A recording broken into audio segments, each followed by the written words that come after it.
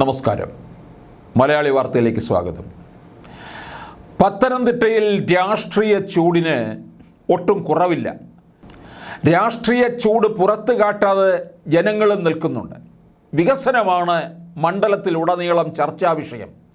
പത്തനംതിട്ടയെ മുന്നണികൾ അവഗണിക്കുന്നെന്ന പരാതി വ്യാപകവുമാണ്. കാർഷിക പ്രശ്നങ്ങൾക്കും പട്ടയ പ്രശ്നങ്ങൾക്കും പുറമെ വന്യജീവി ആക്രമണങ്ങളും പത്തനംതിട്ടയിലെ ജനങ്ങൾക്ക് മുന്നിലേക്ക് എത്തിയിരിക്കുന്നു. പത്തനംതിട്ട തുലാപ്പള്ളി സ്വദേശി ബിജു ആനയുടെ ആക്രമണത്തിൽ മരിച്ചത് ദിവസങ്ങൾക്ക് മുൻപാണ്. തിരുവല്ല, റാന്നി, ആറന്മുള, കോന്നി, അടൂർ, കാഞ്ഞിരപ്പള്ളി, പൂഞ്ഞാർ നിയമസഭാ മണ്ഡലങ്ങൾ ഉൾപ്പെട്ടതാണ് പത്തനംതിട്ട ലോക്സഭാ മണ്ഡലം. സ്ത്രീ പ്രവേശനവുമായി ബന്ധപ്പെട്ട് കോടതി വിധിയും പ്രതിഷേധങ്ങളും മുഖരിതമാക്കിയ അന്തരീക്ഷമില്ലാതെ ശാന്തമായിട്ടാണ് ജില്ല തെരഞ്ഞെടുപ്പിനെ നേരിടുന്നത്. സിറ്റിംഗ് എം പി ആൻഡ്രോ ആൻ്റണി UDFനായി വീണ്ടും മത്സരിക്കുകയാണ്. CPM രംഗത്തിറക്കിയിരിക്കുന്ന മുൻ ധനമന്ത്രി തോമസ് ഐസക്കിനെയും BJPക്കായി മത്സരിക്കുന്നത് മുതിർന്ന കോൺഗ്രസ് നേതാവ് AK ആൻ്റണിയുടെ മകൻ അനിൽ ആൻ്റണിയും 2009 മണ്ഡലം രൂപീകരിച്ചത് മുതൽ വിജയിക്കുന്നതിൻ്റെ ആത്മവിശ്വാസവുമായിട്ടാണ് ആൻഡ്രോ ആൻ്റണി മത്സര രംഗത്ത് നിൽക്കുന്നത്. കോൺഗ്രസിൽ കാര്യമായ ഭിന്നതകളില്ലാത്തത് കരുത്താണ്. സാമുദായിക സമവാക്യങ്ങൾ അനുകൂലമാണെന്ന് കോൺഗ്രസ് കരുതുന്നു. മണ്ഡലത്തിനായി ചെയ്യാൻ കഴിയുന്നതെല്ലാം ചെയ്തതായിട്ട് ആൻഡ്രോ ആൻ്റണി അവകാശപ്പെടുന്നു.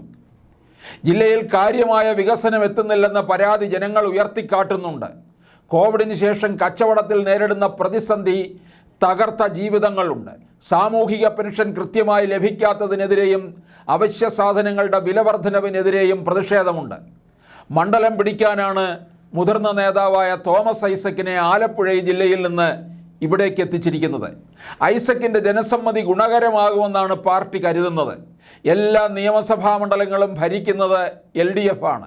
പ്രചാരണത്തിൽ പിന്നോട്ട് പോയതിനെ തുടർന്ന് പാർട്ടി യോഗത്തിൽ തർക്കങ്ങൾ ഉണ്ടായെന്ന വാർത്തകളെ പാർട്ടി നേതൃത്വം തള്ളിക്കളയുന്നുണ്ട്. NDA സ്ഥാനാർത്ഥി അനിൽ ആൻ്റണി മത്സരരംഗത്ത് ആദ്യമാണ്. പിതാവ് AK ആൻ്റണിയുടെ പാർട്ടിക്കെതിരെയാണ് മത്സരം. ഇരു മുന്നണികളും മണ്ഡലത്തിനായി ഒന്നും ചെയ്തിട്ടില്ലെന്നും നരേന്ദ്രമോദി സർക്കാരിന് മാത്രമേ മണ്ഡലത്തിൽ വികസനം എത്തിക്കാൻ കഴിയൂവെന്നും അനിൽ ആൻ്റണി പറയുന്നു. രാഷ്ട്രീയ കാര്യങ്ങൾ അച്ഛനുമായി സംസാരിക്കാറില്ലെന്നുമാണ് അനിൽ പറയുന്നത്. 3 മുന്നണികളിലും പ്രതീക്ഷ നഷ്ടപ്പെട്ടവരും മണ്ഡലത്തിലുണ്ട്. ആര് ഭരിച്ചാലും പാവപ്പെട്ടവർക്ക് ഗുണമില്ലെന്ന് വിശ്വസിക്കുന്നവർ. കഴിഞ്ഞ തെരഞ്ഞെടുപ്പിലെ VIP പരിവേഷം ഇല്ലെങ്കിലും 2019 VIP പരിവേഷമായിരുന്നു. ശബരിമല യുവതീ പ്രവേശ വിഷയത്തിന് ശേഷം നടന്ന തെരഞ്ഞെടുപ്പായിരുന്നു. പത്തനംതിട്ടയിൽ മത്സരച്ചൂടിന് ഇപ്പോഴും കുറവില്ല. മണ്ഡലത്തിൻ്റെ വികസനത്തിനായി പ്രവർത്തിക്കുന്ന ആളെയാണ് ജനങ്ങൾ തേടുന്നതെന്നാണ് ജനങ്ങളുടെ പ്രതികരണങ്ങളിൽ നമുക്ക് മനസ്സിലാക്കാൻ കഴിയുന്നത്. സർക്കാരിനെതിരെയുള്ള വികാരവും വോട്ടിങ്ങിൽ സ്വാധീനിക്കും എന്നുള്ളത് വ്യക്തമാണ്. അത് കേരളത്തിലെ 20 പാർലമെൻറ്റ് മണ്ഡലങ്ങളിലും അതുണ്ടായിരിക്കും. ഒരു ഭരണവിരുദ്ധ വികാരം അലയടിക്കുന്നുണ്ട്.